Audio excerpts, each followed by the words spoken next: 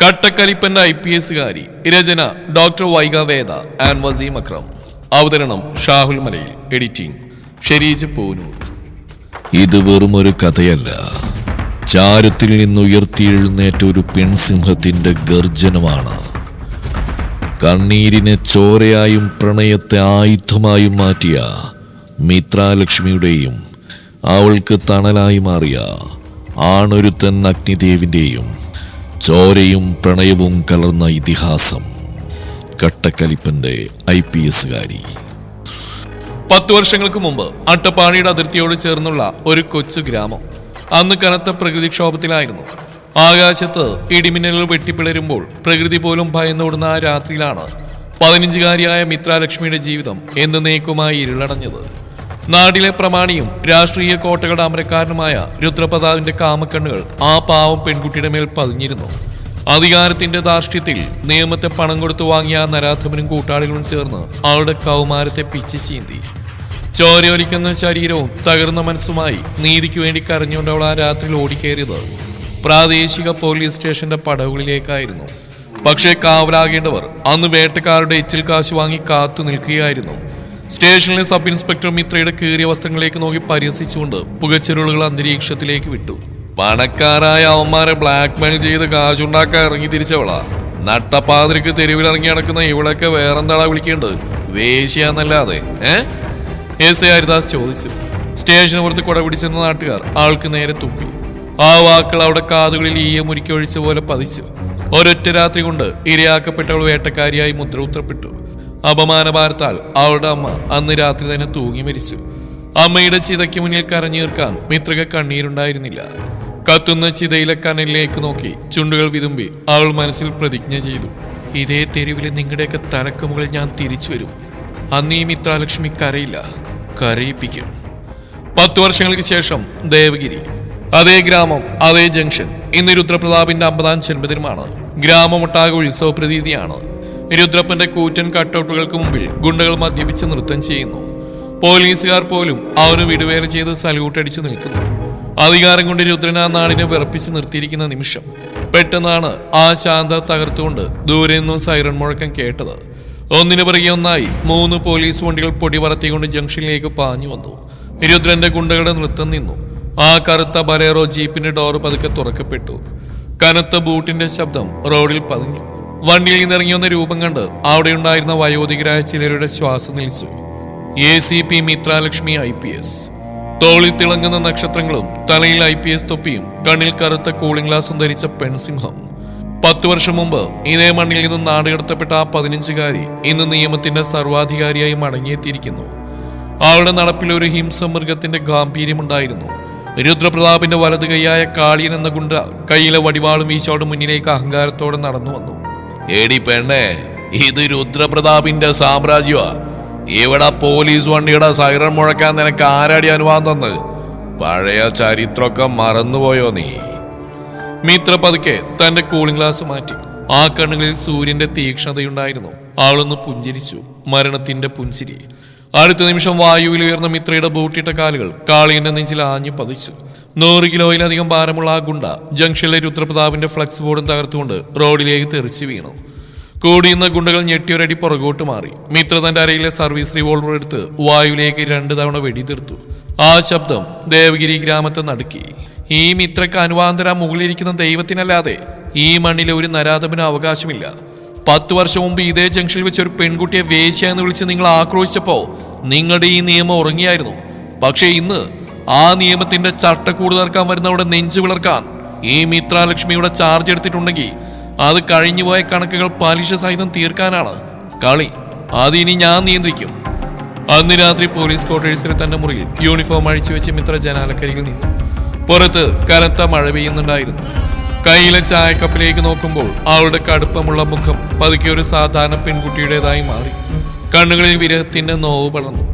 അവൾ തന്നെ മേശപ്പുറത്തിരുന്ന പഴയൊരു ഡയറി തുറന്നു. അതിനുള്ളിലെ യുവാവിന്റെ ബ്ലാക്ക് ആൻഡ് വൈറ്റ് ഫോട്ടോ ഉണ്ടായിരുന്നു. കറുത്ത കോട്ടും ചുണ്ടിൽ കത്തുന്ന സിഗരറ്റുമായി വന്യമായ കണ്ണുകളോടെ നിൽക്കുന്ന അധോലോകത്തിന്റെ ഒരേ ഒരു രാജാവ് അഗ്നിദേവ്. എല്ലാവരും വേശ്യ എന്ന് വിളിച്ച് ആട്ടിയകറ്റിയപ്പോൾ മിത്രക്ക് ജീവിക്കാൻ പ്രത്യാശ നൽകിയത് അഗ്നിയായിരുന്നു. ചതിക്കപ്പെട്ടവളാണെന്നറിഞ്ഞിട്ടും അവൾ തന്റെ ജീവനായി പ്രണയിച്ചവൻ. ഒടുവിൽ നിയമത്തിന്റെ വഴി തിരഞ്ഞെടുക്കാൻ അവളെ പ്രേരിപ്പിച്ചതും അവൾക്ക് തണലായി മാറിയതും അവനായിരുന്നു. മിത്ര ആ ഫോട്ടോ നെഞ്ചോട് ചേർത്ത് പിടിച്ചുകൊണ്ട് വിതുമ്പി.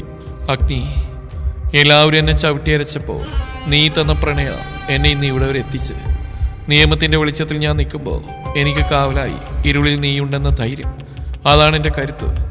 പക്ഷേ നിന്നെ കാണാതെയുള്ള ഈ വിരഹം എന്നെ നെഞ്ചു പൊള്ളിക്കുകയാണ്.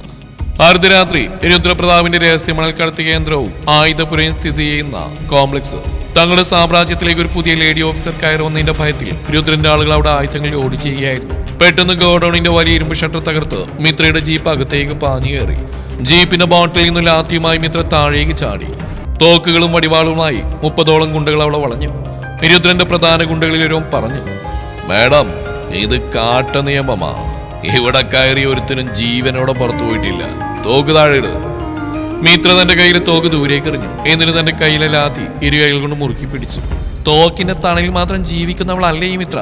നിന്റെ ഒക്കെ അഹങ്കാരം തല്ലി ഒതുക്കാൻ എനിക്ക് ഈ ഒരു ലാത്തി മാത്രം മതി. വാടാ. തുടർന്ന് അവിടെ നടന്ന് ചോര മരവിക്കുന്ന ഒരു പോരാട്ടമായിരുന്നു. വായുവിൽ ഉയർന്നു ചാടിയും ലാത്തി കൊണ്ട് ഗുണ്ടകളുടെ കൈകാലുകൾ തല്ലിയൊടിച്ചു. മിത്ര ആ ഗോഡൌണിനെ ഒരു യുദ്ധക്കളമാക്കി മാറ്റി. ഓരോ അടി ഇടിവെട്ട് പോലെയാണ് ഗുണ്ടകളുടെ മേൽ പതിച്ചത്. ചോരയിൽ കുളിച്ചു കിടക്കുന്ന ഗുണ്ടകൾക്ക് നടുവിലൂടെ മിത്ര നടന്നു.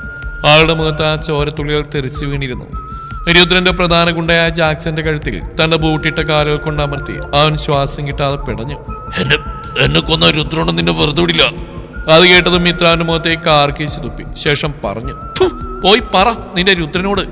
വർഷങ്ങൾക്ക് മുമ്പ് അവൻ വേട്ടയാടിയ ആ 15-കാരി പെൺകുട്ടി വെറും ഒരു മിത്രയല്ല, അവളിന്ന് അഗ്നിമിത്രയാണ്.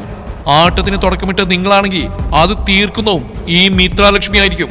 മിത്രാലക്ഷ്മിയുടെ രാത്രി ചാർജിൽ ചോരയൊലിച്ച് കിടക്കുന്ന ഗുണ്ടകളെയും സീൽ വെക്കപ്പെട്ട തന്റെ ഗോഡൌണും കണ്ട രുദ്രന്റെ ഉള്ളിൽ ആദ്യമായി ഭയന്ന് എലിച്ചു.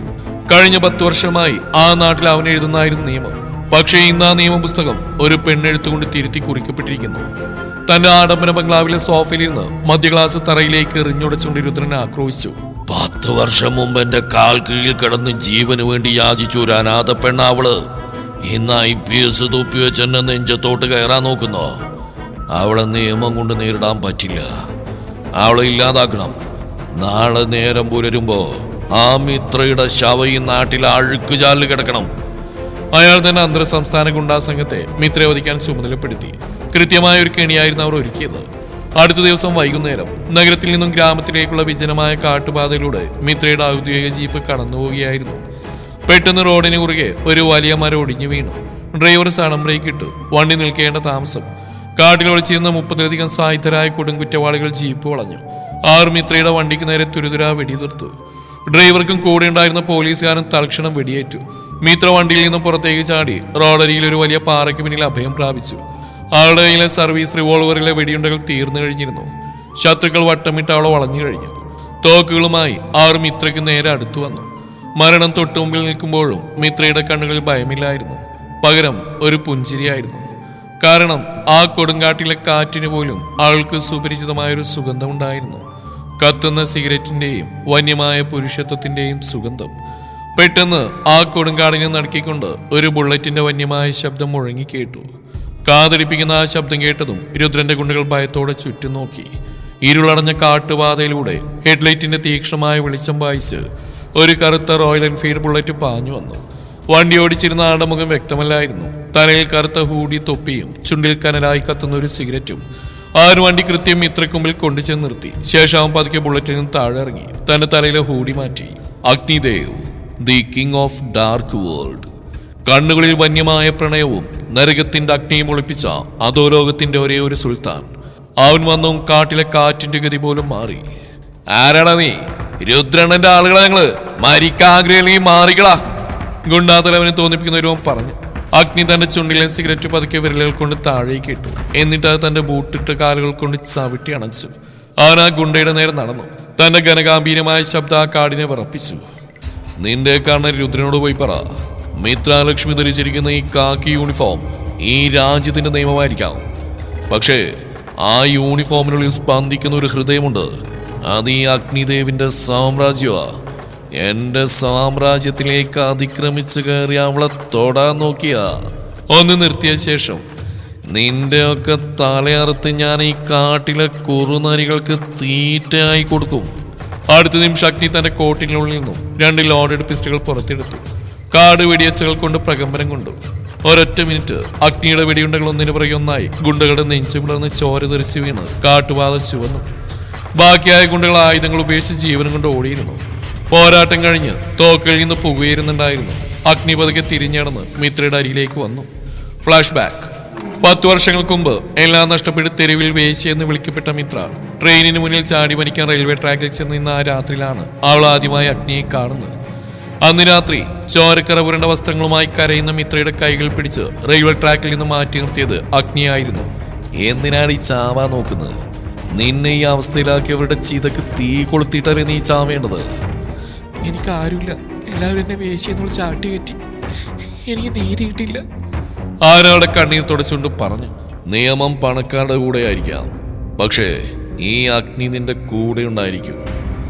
നിനക്ക് IPS ഓഫീസർ ആവണോ? ഈ നാട് നിന്നെ നോക്കി സല്യൂട്ട് അടിക്കണോ? അതിനുള്ള കരുത്ത് ഞാൻ നിനക്ക് തരും. ചതിക്കപ്പെട്ടവളല്ല നീ, എന്റെ പെണ്ണ. അന്നു മുതൽ മിത്രയുടെ തണലായിരുന്നു അഗ്നി. ആൾക്ക് പഠിക്കാനും IPS നേടാനുള്ള എല്ലാ സൗകര്യങ്ങളും അധോലോകത്തിന്റെ പണം കൊണ്ട് അവൻ ഒരുക്കി നൽകി. ആൾക്ക് വേണ്ടി അവൻ നിയമത്തിന്റെ ശത്രുവായി മാറി. താൻ ഇരുളിൽ നിന്ന് അവളെ വെളിച്ചത്തിലേക്ക് നയിച്ചു. അതായിരുന്നു അവളുടെ തീക്ഷണമായ പ്രണയം. ഓർമ്മകളിൽ നിന്നും മിത്ര ഉണർന്നു. അവൾ ഓടിച്ചെന്ന് അഗ്നിയുടെ നെഞ്ചിലേക്ക് ചാഞ്ഞു. വർഷങ്ങളുടെ വിരഹത്തിന്റെ കണ്ണീർ അവന്റെ കറുത്ത കോട്ടിൽ പടർന്നു. അഗ്നി അവളെ തന്റെ ശക്തമായ കൈകൾ കൊണ്ട് നെഞ്ചോട് ചേർത്ത് പിടിച്ചു. അഗ്നി, എന്തിനാ നീ വന്ന്? നീ നിയമത്തിന്റെ കണ്ണിൽ ഒരു കുറ്റവാളിയാ. നിന്നെ അവർ തിരയുക. അത് കേട്ടത് അവളുടെ മുഖം കൈകൾ കോരിയെടുത്തു. എന്റെ പെണ്ണിനൊരു അപകടം വരുമ്പോൾ നോക്കി നിൽക്കാൻ ഈ അഗ്നി മരിച്ചിട്ടില്ലടി. നിയമം അതിന്റെ വഴിക്ക് പോട്ടെ, പക്ഷേ നിന്റെ നേരെ ഒരു ചെറുവിരലിറക്കാൻ പോലും ഞാൻ ആരെയും അനുവദിക്കില്ല. അഗ്നിമിത്രയെ തന്റെ ബുള്ളറ്റിന്റെ പിന്നിലെത്തി. വണ്ടി സ്റ്റാർട്ടായി. കാട്ടിൽ നിന്ന് അവർ നേരെ പാഞ്ഞെന്ന് രുദ്രന്റെ താവളത്തിലേക്കായിരുന്നു. അവിടെ ചോരയൊലിപ്പിച്ച് ഓടി വന്ന ഗുണ്ടകളിൽ നിന്നും അഗ്നിദേവ് തിരിച്ചെത്തിയെന്ന വാർത്തയറിഞ്ഞ് രുദ്രൻ വിറച്ചു നിൽക്കുകയായിരുന്നു. പെട്ടെന്ന് രുദ്രന്റെ കോട്ടയുടെ വലിയ ഇരുമ്പിയേറ്റ് തകർത്തുകൊണ്ട് അഗ്നിയുടെ ബുള്ളറ്റ് അകത്തേക്ക് പാഞ്ഞു കയറി. വണ്ടിയിൽ നിന്നും മിത്ര അഗ്നിയെ ഒന്നിച്ചിറങ്ങി നടന്നു. ഒരു വശത്ത് നിയമത്തിന്റെ കടുപ്പമുള്ള കാക്കി യൂണിഫോമിൽ മിത്രലക്ഷ്മി IPS, മറുവശത്ത് കറുത്ത കോട്ടിൽ മരണത്തിന്റെ ദൂതനെ പോലെ അഗ്നിദേവ്. രുദ്രന്റെ കോട്ടയുടെ വലിയ ഇരുമ്പിയേറ്റ് തകർത്തുകൊണ്ട് മിത്രയുടെയും അഗ്നിയുടെയും വരവ് ആ തറവാട്ടുമുറ്റത്ത് നിശബ്ദമാക്കി. ഒരു വശത്ത് നീതിയുടെ കാവലാളായി നെഞ്ചുവിരിച്ച് നിൽക്കുന്ന മിത്രലക്ഷ്മി IPS, മറുവശത്ത് നിയമത്തിന് പിടികൊടുക്കാത്ത മരണത്തിന്റെ കറുത്ത തണലായ അധോലോകനായകൻ അഗ്നിദേവ്. മുറ്റത്ത് കാവൽ നിന്നിരുന്ന രുദ്രപ്പന്റെ ഗുണ്ടകൾ ആയുധങ്ങൾ കയ്യിലുണ്ടായിട്ടും ഒരടി മുന്നോട്ട് വയ്ക്കാൻ ധൈര്യമില്ലാതെ വിറച്ചു നിന്നു. കാരണം അവരുടെ മുമ്പിൽ നിൽക്കുന്ന വെറും ഒരു പെണ്ണല്ല, അവരുടെ പിന്നിൽ കാവലായി നിൽക്കുന്ന സാക്ഷാൽ അഗ്നിദേവനാണ്. ബംഗ്ലാവിന്റെ മുകളിലത്തെ ബാർക്കിൽ നിന്നും താഴേക്ക് നോക്കിയ രുദ്രപ്പന്റെ മുഖത്ത് ആദ്യമായി മരണഭയം നിഴലിച്ചു. എങ്കിലും തന്റെ അഹങ്കാരം കൈവിടാതെ അയാൾ വിളിച്ചു പറഞ്ഞു. അഗ്നിദേവ്, നീ വലിയ അധോലോക സുൽത്താനായിരിക്കാം, പക്ഷേ ഇതെന്റെ മണ്ണ. ഇവിടെ ഒരു പോലീസുകാരെയും കൂട്ടി എന്റെ നെഞ്ചത്തോട്ട് കയറാൻ വന്ന നീയും നിന്റെ ഈ പെണ്ണും ജീവനോടെ മടങ്ങില്ല. അഗ്നിബാഗ് തന്റെ കോട്ടിന്റെ ഉള്ളിൽ നിന്ന് മറ്റൊരു സിഗരറ്റ് എടുത്ത് ചുണ്ടിൽ വെച്ചു. മിത്ര തന്റെ ബെൽറ്റിൽ നിന്ന് വടിയെടുത്ത് കയ്യിൽ ചുഴറ്റി സിഗരറ്റ് പുക അന്തരീക്ഷത്തിലേക്ക് വിട്ടുകൊണ്ട്, രുദ്രപ്പ, വേട്ടയാടാൻ ഇറങ്ങുന്നവന് കാടിന്റെ അതിർത്തികൾ നോക്കേണ്ട കാര്യമില്ല. 10 വർഷം മുമ്പ് ഈ പടിവാതിൽക്ക് വന്ന് നീതിക്ക് വേണ്ടി കരഞ്ഞൊരു പെൺകുട്ടി ഉണ്ടായിരുന്നു. അന്ന് നീ അവളെ വേശ്യാന്ന് വിളിച്ച് ആട്ടിയകറ്റി. ഇന്ന് അതേ പെണ്ണ് നിന്റെ സാമ്രാജ്യത്തിന്റെ അന്ത്യം കുറിക്കാൻ വന്നിട്ടുണ്ടെങ്കിൽ അത് തടയാൻ നിന്റെ ആയുധപ്പുരം മതിയാവില്ല. അഗ്നിയുടെ വാക്കുകൾ തീർന്നു. മിത്ര മുന്നോട്ട് പാഞ്ഞു കയറി. തടയാൻ വന്ന ഗുണ്ടകളുടെ തലക്ക് മുകളിലൂടെ അവൾ വായുവിൽ ഉയർന്നിയാടി. അവളുടെ ലാത്തിയുടെ ഓരോ പ്രഹരവും ഗുണ്ടകളുടെ അഹങ്കാരത്തെ തല്ലിയൊതുക്കി. മിത്രയുടെ ആക്ഷൻ കണ്ട് അന്നം വിട്ടുന്ന ഗുണ്ടകൾക്ക് നേരെ അഗ്നിയുടെ ബൂട്ടുകാരുകൾ ആഞ്ഞു പതിച്ചു. അതൊരു യുദ്ധമായിരുന്നു. നിയമത്തിന്റെ വഴിയും അധോലോകത്തിന്റെ കരുത്തും ഒന്നിച്ചപ്പോൾ രുദ്രപ്പന്റെ ആൾബല നിമിഷങ്ങൾക്ക് നിലംപരിശായി. ചോരയിൽ കുളിച്ച ഗുണ്ടകൾ മുറ്റത്താകെ ചിതറി വീണു. മിത്ര ഓടിച്ചെന്ന് മുകളിലത്തെ നിലയിലേക്ക് കയറാൻ നോക്കിയതും പെട്ടെന്ന് രുദ്രന്റെ മുകളിൽ നിന്ന് അവൾക്ക് നേരെ തോക്കിയൂണ്ടി വെടിതീർത്തു. മിത്ര, മാറിക്കോ! അഗ്നി ഒരൊറ്റ ചാടത്തിന് മിത്രയെ തള്ളി മാറ്റി. പക്ഷേ രുദ്രൻ തോക്കിൽ നിന്ന് ഉതിർന്ന വെടിയുണ്ട അഗ്നിയുടെ ഇടതോളിൽ ആഞ്ഞു തറച്ചു. ചോര തെറിച്ചു വീണു. അഗ്നി തോക്കിൽ നിന്ന് വെടിയേറ്റിട്ടും അഗ്നി വീണില്ല. അവൻ ആ മുറിവിലേക്ക് നോക്കി വന്യമായി ഒന്ന് ചിരിച്ചു. എന്നിട്ട് തന്റെ കയ്യിലെ പിസ്റ്റളിൽ നിന്ന് രുദ്രപ്പന്റെ കയ്യിൽ തോക്കിന് നേരെ കൃത്യമായി വെച്ചു. രുദ്രന്റെ കയ്യിൽ നിന്നും തോക്ക് തെറിച്ചുപോയി. രുദ്രൻ താഴേക്ക് വീണു. അയാളെ മിത്ര കോളിൽ തൂക്കിയെടുത്തു.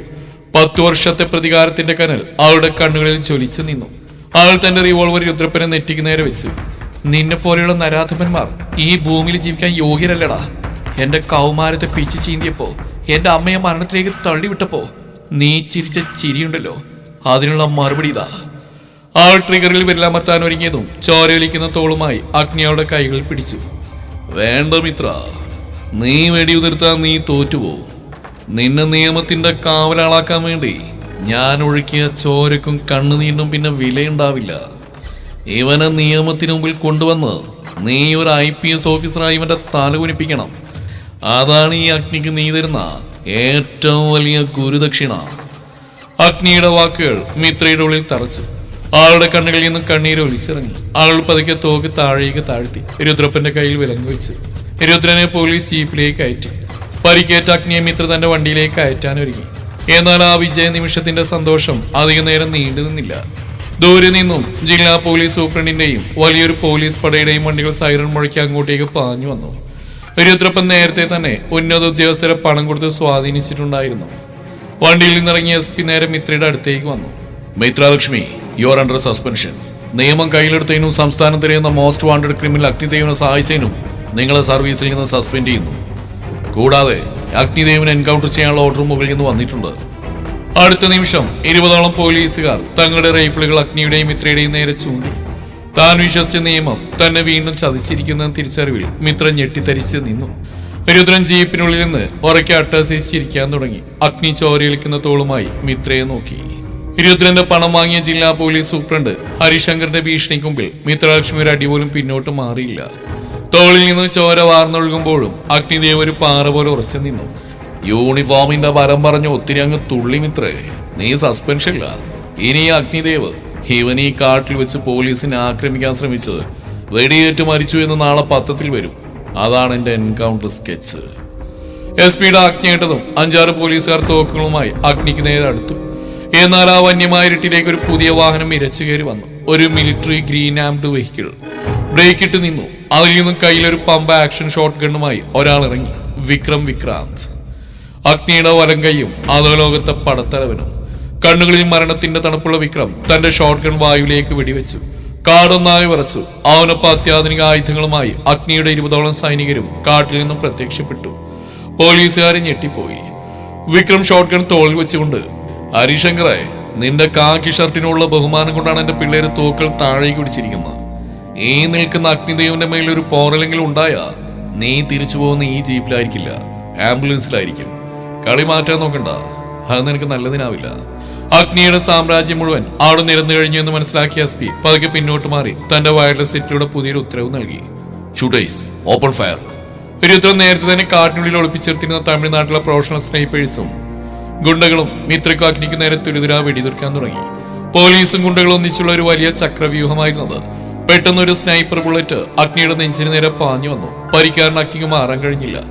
മരണം അവനെ തൊടുമെന്ന നിമിഷം അഗ്നി തന്റെ സസ്പെൻഷൻ ഓർഡർ നിയമത്തിന്റെ ചട്ടക്കൂടുകളും മിത്ര അവിടെ എറിഞ്ഞുടച്ചു. സ്നൈപ്പർ വെടിയുണ്ട് അഗ്നിയുടെ നെഞ്ചിൽ കൊള്ളുന്നതിന് തൊട്ടു മുമ്പും മിത്ര തന്റെ ശരീരം കൊണ്ട് അഗ്നിയെ കെട്ടിപ്പിടിച്ച് താഴേക്കും പറഞ്ഞു. ബുള്ളറ്റ് അവളുടെ തോളിലൊരുസി പാഞ്ഞുപോയി. തന്റെ പ്രാണനായ അഗ്നിക്ക് നേരെ മരണം പാഞ്ഞു വരുന്നത് കണ്ടതോടെ മിത്രയുടെ ഉള്ളിലെ പെൺപുലി ഉണർന്നു. അവൾ താഴെ കിടന്ന വിക്രമിന്റെ ഒരു സ്പെയർ മെഷീൻ ഗണ്ണും 2 കൈയിലുമായി 2 വടിവാളുകളും എടുത്തു. ചോരയും കനലും നിറഞ്ഞ ആ കൊടുങ്കാട്ടിൽ പിന്നീട് നടന്ന മിത്രലക്ഷ്മിയുടെ താണ്ഡവമായിരുന്നു. വടിവാളുകൾ വായുവിൽ ചുഴറ്റി അവൾ ശത്രുക്കളുടെ ഇടയിലേക്ക് പാഞ്ഞു കയറി. തടയാൻ വന്ന ഗുണ്ടകളുടെ കൈകളും തലകളും വായുവിൽ തെറിച്ചു വീണു. ഒരു വശത്ത് വെടിയുണ്ടകൾ പായിക്കുമ്പോൾ മറുവശത്ത് അവളുടെ വടിവാൾ ശത്രുക്കളുടെ ചോര കുടിച്ചു. മിത്രയുടെ ആക്ഷൻ രംഗങ്ങൾ കണ്ട് വിക്രം പോലും അത്ഭുതപ്പെട്ടു നിന്നു. SP ഹരിശങ്കർ ഭയന്നോടാൻ ശ്രമിച്ചതും മിത്ര ഒരൊറ്റ ചാട്ടത്തിന് അവന്റെ മുമ്പിൽ ലാൻഡ് ചെയ്തു. ആൾ അവന്റെ കയ്യിലെ തോക്ക് തട്ടിത്തെറിപ്പിച്ചു. അവന്റെ നെഞ്ചിൽ ചവിട്ടി താഴെയിട്ടു. ആൾ SP-യുടെ നെഞ്ചിൽ പൂട്ടിയിട്ട കാലുകൾ അമർത്തിയ ശേഷം, നിയമത്തിന്റെ കാവലാളാവേണ്ട നീ രുദ്രന്റെ എച്ചിൽ കാശ് വാങ്ങി എന്റെ അഗ്നിയെ കൊല്ലാൻ നോക്കുന്നോടാ. എന്നാ കേട്ടോടാ ഹരിശങ്കറെ, ഈ യൂണിഫോം ഞാൻ ഇട്ടത് അനാഥയായ എനിക്ക് ജീവിക്കാൻ വേണ്ടിയല്ല, എന്നെ ചവിട്ടി അരച്ചവന്മാരുടെ അഹങ്കാരം തീർക്കാൻ വേണ്ടിയാ. നിയമം എന്റെ കൈകൾ കിട്ടിയാൽ ആ ചെങ്ങന പൊട്ടിച്ചെറിയാൻ ഈ മിത്രക്ക് ഒരു നിമിഷം മതി. അതും പറഞ്ഞവൾ തന്റെ തോക്കിന്റെ പിൻഭാഗം കൊണ്ട് SP-യുടെ മുഖത്തടിച്ചു. അവന്റെ പല്ലുകൾ കൊഴിഞ്ഞു വീണു. പോരാട്ടം അവസാനിച്ചു. ശത്രുക്കളുടെ ശവങ്ങൾ കാട്ടുപാതയിൽ ചിതറിക്കിടന്നു. പരിക്കേറ്റ അഗ്നിയെ വിക്രമിന്റെ ആളുകൾ സുരക്ഷിതമായ വണ്ടിയിലേക്ക് കയറ്റി. മിത്ര പതുക്കെ തന്റെ തോളിലെ ചോര തുടച്ചുകൊണ്ട് അഗ്നിയുടെ അടുത്തേക്ക് വന്നു. അഗ്നി നേരെ തളർന്ന കൈകൾ കൊണ്ട് മിത്രയുടെ മുഖത്ത് തൊട്ടു. അവന്റെ കണ്ണുകളിൽ അവളോടുള്ള പ്രണയവും അഭിമാനവും നിറഞ്ഞു തുളുമ്പി. ശേഷം അവൻ വിക്രമിനെ നോക്കി ചിരിച്ചു. ഞാൻ പറഞ്ഞില്ലേടാ വിക്രം, എന്റെ പെണ്ണ് വെളിച്ചത്തിൽ നിന്ന അവൾ നീതി ദേവതയാ. പക്ഷേ അവൾ ഇരുട്ടിലേക്ക് ഇറങ്ങിയ കത്തുന്ന അഗ്നിയാ. അത് കേട്ടതും അഗ്നിയുടെ കൈകൾ മുറുക്കി പിടിച്ചു മിത്ര. നിയമത്തിന്റെ വഴി ഇവിടെ തീരുകയാണ് അഗ്നി. എന്നെ വേശ്യാന്ന് വിളിച്ച ഈ സമൂഹത്തോട് ഞാൻ ചോദിച്ച നീതി അവരെനിക്ക് തന്നില്ല. ഇനി ആ നീതി ചോദിക്കില്ല, ഞാൻ തന്നെ നടപ്പിലാക്കും. ഈ അഗ്നിയുടെ കൂടെ അതോ ലോകത്തിന്റെ രാജ്ഞിയായി ഇനി ഈ മിത്രലക്ഷ്മി ഉണ്ടാവും. പറഞ്ഞുകൊണ്ട് മിത്ര പതിക്കുന്ന തോളിൽ IPS ബാഡ്ജ് ഊരിയെടുത്ത് ചോരിൽ കുളിച്ചിടക്കുന്ന SP യുടെ മുഖത്തേക്ക് എറിഞ്ഞു. എന്നിട്ട് അവൾ അഗ്നിയോടൊപ്പം ആ കറുത്ത ആംഡ് വെഹിക്കിളിലേക്ക് കയറി വണ്ടികളിലേക്ക് പാഞ്ഞുപോയി. കാട്ടുപാതയിൽ ആ ചോരപ്പെയ്ത്തിന് ശേഷം വിക്രാന്തിന്റെ ആംഡ് വെഹിക്കിൾ പാഞ്ഞെന്ന് കടലിനോട് ചേർന്നുള്ള അഗ്നിദേവിന്റെ അതീവ രഹസ്യമായ കോട്ടയിലേക്കായിരുന്നു. തോളിൽ വെടിയേറ്റ അഗ്നിയെ അവിടുത്തെ ഡോക്ടർമാർ അടിയന്തര ശസ്ത്രക്രിയക്ക് വിധേയനാക്കി. ഭാഗ്യത്തിന് വെടിയുണ്ട ഹൃദയത്തിൽ തൊട്ടിരുന്നില്ല. ദിവസങ്ങൾക്ക് ശേഷം പതുക്കെ കണ്ണു തുറന്ന അഗ്നിദേവ് കണ്ടത് കറുത്ത വസ്ത്രങ്ങൾ ധരിച്ച് കയ്യിലൊരു പുകയുന്ന ചായക്കൊപ്പുമായി ജനാലക്കരികിൽ നിൽക്കുന്ന മിത്രലക്ഷ്മിയാണ്. അവളുടെ കണ്ണുകളിൽ ഇപ്പോൾ പഴയ IPS ഓഫീസറുടെ ഭാവമില്ല. പകരം കനലരിപ്പുകളിലൂടെ നടന്നേറിയ ഒരു അധോലോക റാണിയുടെ വന്യതയുണ്ടായിരുന്നു. അഗ്നി പതുക്കെ എഴുന്നേറ്റിക്കാൻ ശ്രമിച്ചോ മിത്ര ഓടിച്ചെന്ന് അവനെ താങ്ങി പിടിച്ചു. നിന്റെ ഈ മാറ്റം ഇത് ഞാൻ പോലും പ്രതീക്ഷിച്ചില്ല മിത്ര. നിയമത്തിന്റെ വിളിച്ച് ഉപേക്ഷിച്ച് നീ ഇരുട്ടിലേക്ക് ഇറങ്ങേണ്ടിയിരുന്നില്ല. അത് കേട്ട് മിത്രയൊന്ന് ചിരിച്ചു. ശേഷം അഗ്നിയുടെ നെഞ്ചിൽ തലയായിച്ചു. ഏത് വിളിച്ച അഗ്നി? നീതി ചോദിച്ചെന്ന 15-കാരിയെ വേശ്യെന്ന് വിളിച്ച സമൂഹത്തിന്റെ വിളിച്ചവും അതൊരു ഉദ്രപ്പന്റെ കള്ളപ്പണം വാങ്ങി നിന്നെ എൻകൗണ്ടർ ചെയ്യാൻ നോക്കിയ നിയമത്തിന്റെ വിളിച്ചവും? എനിക്ക് ആ വെളിച്ചം വേണ്ട. നിന്റെ ഈ ഇരുട്ടാണ് എന്റെ സാമ്രാജ്യം. ഈ സാമ്രാജ്യത്തിന്റെ കാവലാളായി ഇനി ഞാനുണ്ടാവും. അതിനവനും ചിരിച്ചു. ശേഷം അവൻ വിക്രമിനകത്തേക്ക് വിളിച്ചു. അഗ്നിയുടെ കോട്ടയിലെ വലിയ ഹാളിൽ അധോലോകത്തിന്റെ പ്രമുഖരായ നേതാക്കളും വൻകിട കള്ളക്കടത്തുകാരും ഒത്തുകൂടിയിരുന്നു. അഗ്നിക്ക് പരിക്കേറ്റതുകൊണ്ട് അടുത്തത് ആരെയെന്ന ചോദ്യം അവരുടെ ഇടയിൽ ഉയർന്നു. ഹാളിന്റെ വലിയ ഇരുമ്പുവാതിലുകൾ തുറക്കപ്പെട്ടു. വിക്രാന്ത് മുന്നിൽ നടന്നു വന്നു. അവന്റെ തൊട്ടു പിന്നാലെ കറുത്ത ലെതർ ജാക്കറ്റും ബൂട്ട്സും ധരിച്ച് മിത്രലക്ഷ്മി നടന്നു കയറി. ആൾക്ക് തൊട്ടു പിന്നിൽ തോളിൽ ബാൻഡേജുമായി ഗാംഭീര്യത്തോടെ അഗ്നിദേവും വന്നു. ഹാളിൽ നിന്ന് ഒരു മുതിർന്ന അധോലോക നേതാവ് എഴുന്നേറ്റെന്ന് ചോദിച്ചു. അഗ്നിദേവ് ഈ നിൽക്കുന്ന ഒരു മുൻ പോലീസ് ഓഫീസറാ. നമ്മുടെ സാമ്രാജ്യത്തിന്റെ രഹസ്യങ്ങൾ ഇവളെ എങ്ങനെ വിശ്വസിച്ചേൽപ്പിക്കും? അഗ്നിയൊന്നും സംസാരിച്ചില്ല. പക്ഷേ മിത്രവർക്ക് മുന്നോട്ട് നടന്നു. ആൾ ആ നേതാവിന്റെ മുമ്പിൽ വന്ന് മേശപ്പുറത്തിരുന്ന ഒരു കത്തിയെടുത്ത് ഒരൊറ്റ കുത്തിന് ആ വലിയ തടിയും മേശയിൽ തറച്ചു. മൂർച്ചയുള്ള ശബ്ദത്തോടെ അവൾ പറഞ്ഞു തുടങ്ങി. ഈ മിത്രലക്ഷ്മിയുടെ ദേഹത്തിരിക്കുന്ന ചോരത്തുള്ളികളിൽ പകുതിയും നിന്റെ കണ്ണൻ രുദ്രപ്പന്റെ ഗുണ്ടകളുടേതാ. നിയമം എന്റെ കൈകൾ കിട്ടിയപ്പോ ഞാൻ ആ ചങ്ങല പൊട്ടിച്ചെറിഞ്ഞവളാ. ഇനി ഈ അഗ്നിദേവിന്റെ സാമ്രാജ്യത്തിന് നേരെ ആരുടെയെങ്കിലും കൈവിരലുകൾ ഉയർന്ന ആ കൈ ഞാൻ വെട്ടിമാറ്റും. ഇവിടുത്തെ പുതിയ നിയമം അത് ഞാനാണ്. അവളുടെ ആ മാസ് ഡയലോഗും കണ്ണുകളിലെ തീയും കണ്ട ഹാളിലുള്ളവർ ഭയത്തോടെ തലകുനിച്ചു. അതേസമയം മിത്ര സസ്പെൻഷനിലായതും അഗ്നിദേവനോട് പൊളിയിൽ പോയതും രുദ്രപ്പനെ കൂടുതൽ അഹങ്കാരിയാക്കി. മിത്രയെ അഗ്നിയെ ഒന്നിച്ചില്ലാതാക്കാൻ അവൻ പുതിയൊരു കെണിയൊരുക്കി. SP ഹരിശങ്കറിനെ ഉപയോഗിച്ച് അഗ്നിയുടെ ബിസിനസ് സാമ്രാജ്യത്തിന്റെ പ്രധാന സാമ്പത്തിക സ്രോതസ്സായ തുറമുഖത്തെ ഗോഡൌണുകൾ പോലീസ് വളയാൻ അവൻ പ്ലാൻ ചെയ്തു. അഗ്നിയെയും മിത്രയെ അങ്ങോട്ടേക്ക് ആഗ്രഹിച്ച് വലിയൊരു മിലിറ്ററി ഫോഴ്സിനെ ഉപയോഗിച്ച് അവരവിടെ വെച്ച് തകർക്കുകയെന്നായിരുന്നു രുദ്രപ്രതാപിന്റെ തന്ത്രം. അയാൾ തന്റെ ആളുകളോട് പറഞ്ഞു. അവള് പോലീസിലുണ്ടായിരുന്നപ്പോ നമുക്ക് നിയമം നോക്കണമായിരുന്നു. ഇപ്പൊ അവൾ വെറും ഒരു ക്രിമിനലാണ്. അടുത്ത കളി അത് കടലിൽ വെച്ചായിരിക്കും. ആ ആട്ടത്തിൽ അവന്മാരുടെ ശവം പോലും അറബിക്കടലിലെ സ്രാവുകൾ തിന്നും. രുദ്രന്റെ നീക്കം വിക്രമിന്റെ ഇൻഫോമർമാർ വഴി മിത്രയെ അഗ്നി അറിഞ്ഞു. പരിക്കേറ്റ അഗ്നി അവിടെ ഇരുത്തിക്കൊണ്ട് മിത്ര തന്റെ പുതിയ പടയുമായി പുറപ്പെടാനൊരുങ്ങി. മിത്ര അത് കെണിയാണോ? ഹരിശങ്കറും രുദ്രപ്പനും വലിയൊരു ഫോഴ്സുമായിട്ടാ അവിടെ കാത്തു നിൽക്കുന്നത്. അഗ്നി അവളോടായി പറഞ്ഞു. തന്റെ കയ്യിലുള്ള ഒരു സബ്മെഷീൻ ഗൺ ലോഡ് ചെയ്തോണ്ട് മിത്ര പറഞ്ഞു. അഗ്നി, കെണിയൊരുക്കാൻ അവർ വേട്ടക്കാരല്ല, ഞാൻ മൃഗമല്ല. 10 വർഷം മുമ്പ് എന്നെ വേട്ടയാടിയവർക്ക് ഞാനാണെന്ന് കാണിച്ചു കൊടുക്കാനുള്ള അവസാനത്തെ സമയം ഇത്. ഇതുവരെ ഞാൻ കളിച്ച നിയമത്തിന്റെ ചട്ടക്കൂടിൽ നിന്നുണ്ടായിരുന്നു. ഇനി കളിക്കാൻ പോകുന്നത് അഗ്നിദേവിന്റെ പെണ്ണാണ്. വിക്രം, വണ്ടിയെടുക്ക്. വിക്രാന്ത് തന്റെ ഷോട്ട് ഗൺ വായുവിൽ ചുഴറ്റി ഉറക്കെ ചിരിച്ചു. അടുത്ത നിമിഷം അഗ്നിയുടെ സാമ്രാജ്യത്തിലെ 100-ലധികം കറുത്ത വണ്ടികൾ തുറമുഖത്തേക്ക് ഇരച്ച ടാർഗറ്റ് പാഞ്ഞുപോയി. അറബിക്കടലിന്റെ തീരത്തുള്ള ആ വലിയ ഗോഡൌൺ രുദ്രപ്പന്റെ ഗുണ്ടകളും SP ഹരിശങ്കറിന്റെ വലിയൊരു പോലീസ് പടയും ആയുധങ്ങളുമായി നിലയുറപ്പിച്ചിരുന്നു. മിത്രയെയും വിക്രമിനെയും ജീവനോട് പിടിക്കുകയോ കൊല്ലുകയോ ചെയ്യുകയായിരുന്നു അവരുടെ ലക്ഷ്യം. പെട്ടെന്ന് ഗോഡൌണിന്റെ വലിയ മതിൽ ഇരച്ചുകയറിയ കറുത്ത ആംഡ് വണ്ടികൾ തകർത്തെറിഞ്ഞു. വണ്ടിയിൽ നിന്നും മിത്രലക്ഷ്മിയും വിക്രാന്തും തങ്ങളുടെ സൈന്യവുമായി താഴേക്ക് ചാടി. പിന്നീട് അവിടെ നടന്ന് സമാനതകളില്ലാത്തൊരു ചോരപ്പെയ്ത്തായിരുന്നു. വിക്രമിന്റെ ഷോട്ട് ഗൺ വെടിയുണ്ടകൾ പോലീസിന്റെയും ഗുണ്ടകളുടെയും പ്രതിരോധം തകർത്തു. മിത്ര തന്റെ 2 കൈയിലും വടിവാടുകളുമായി രുദ്രപ്പന്റെ ഗുണ്ടകളുടെ ഇടയിലേക്ക് ഒരൊറ്റ പാച്ചിലായിരുന്നു. 15-ാം വയസ്സിൽ തനിക്ക് നേരിട്ട അപമാനവും അമ്മയുടെ മരണവും ആളുടെ ഉള്ളിൽ കത്തുന്ന തീയായി മാറി. ഒടുവിൽ ഹരിശങ്കർ രുദ്രപ്പന്റെ വലം കൈകളും ചോരയിൽ കുളിച്ച് വീണു. ഗോഡൌണിന്റെ ഉള്ളിലെ രഹസ്യമുറി തകർത്ത് മിത്ര അകത്തേക്ക് കയറി. അവിടെ ഭയന്ന് വിറച്ച് തോക്കുമായി നിൽക്കുകയായിരുന്നു രുദ്രപ്പൻ. അവൻ മിത്രയ്ക്ക് നേരെ വെടിതീർക്കാൻ നോക്കിയെങ്കിലും മിത്രയുടെ വടിവാൾ വായുവിൽ മിന്നി മറഞ്ഞു. രുദ്രപ്പന്റെ തോക്കേന്ത്യക്കായി ഒരൊറ്റ വെട്ടിന് അവൾ താഴെയിട്ടു. രുദ്രൻ നിലവിളിച്ചുകൊണ്ട് തറയിലേക്ക് മറിഞ്ഞു. മിത്ര അവന്റെ നെഞ്ചിൽ തന്നെ ബൂട്ട്സ് ഇട്ട കാലമർത്തി വടിവാളിന്റെ മുനയാളുടെ കഴുത്തിൽ വെച്ചു. മിത്ര, എന്നെ കൊല്ലരുത്. നിനക്ക് ഞാൻ എത്ര പണം വേണമെങ്കിലും തരാം, അയാൾ പറഞ്ഞു. അത് കേട്ടതും കണ്ണിൽ പ്രതികാരത്തിന്റെ അഗ്നി ജ്വലിപ്പിച്ച് അവൾ രുദ്രപ്രതാപനോട് ചോദിച്ചു. വർഷങ്ങൾക്ക് മുമ്പ് ഇതേ ചോദ്യം ചോദിച്ചുകൊണ്ട് നിന്റെ കാൽക്കിൽ വീണൊരു 15-കാരി പെൺകുട്ടി ഉണ്ടായിരുന്നു, ഓർമ്മയുണ്ടോ നിനക്ക്? അന്ന് നീ അവളെ വേശ്യാന്ന് വിളിച്ച് ഈ തെരുവിൽ എറിഞ്ഞു. ഈ മിത്രലക്ഷ്മി ഇന്ന് നിന്റെ ചോര കുടിക്കുന്ന അവൾക്ക് വേണ്ടിയാ, എന്റെ അമ്മയ്ക്ക് വേണ്ടിയാ. അവൾ തന്റെ വടിവള ആഞ്ഞു വീശി. രുദ്രപ്രതാപിന്റെ സാമ്രാജ്യത്തിന് അന്ത്യം അവിടെ കുറിക്കപ്പെട്ടു.